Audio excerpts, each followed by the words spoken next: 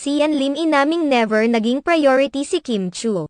Patuloy pa ring nakakatanggap ng pambabatikos ang aktor na si Sian Lim matapos ang paghihiwalay nila ng actress TV host na si Kim Chu.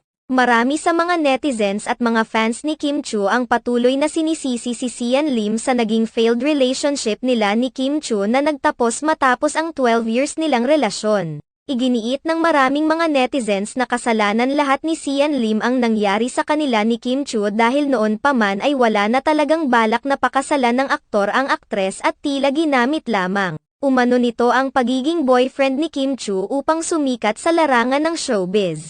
Binalikan pa ng ilang mga netizens ang naging pahayag ni Sian Lim noon sa isang panayam na balak niyang mag-asawa sa edad na 40 years old dahil hindi pa siya handa.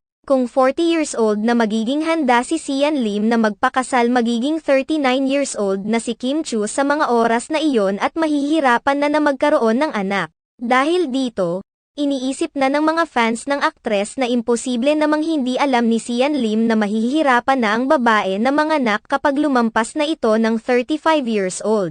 Kaya noon pa man umano ay wala na talagang balak si Sian Lim na pakasalan si Kim Chu. May mga nagsasabi pa na hindi naman naging priority ni Sian Lim si Kim Chu dahil noon pa man ay inuuna na umano ng aktor ang kanyang pamilya, sarili at saka na si Kim Chu.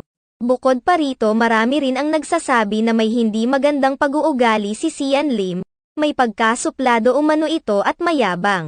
Sa kabilang banda, nangangamba naman ngayon ang mga fans ni Jeneline Mercado na baka ay maapektuhan umano ang teleserye ng dalawa sa GMA7 sa mga natatanggap na pambabatikos ni Sian Lim mula sa mga fans ni Kim Chu lalo na ngayong magiging magkatapat ang kanilang mga teleserye. Sian ang nagloko nagpaubaya na lang si Kim bakit naman suportahan yan diba sabi niya pumasok siya sa showbiz to show yung talent ayaw mag-entertain ng tanong sa kanya pa ano suportahan ang isang taong ganyan ang attitude. Ginamit lang talaga si Kim relationship with Kim is just for fun, pag ang BF mo walang plano within 12 years dapat mag-isip ka na, for fun lang yan. Ayaw ng responsibilidad. Mag-isip ka na, iwanan.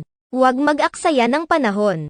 Ngayon palang patapon na ang career mo dahil sa desisyon mong pabigla-bigla hanggang ngayon ginagamit mo pa rin si Kim para mapag-usapan ka dahil alam mo maraming nagmamahal kay Kim para hindi mawala ang career mo kaya gumagawa ka pa rin ng kwento.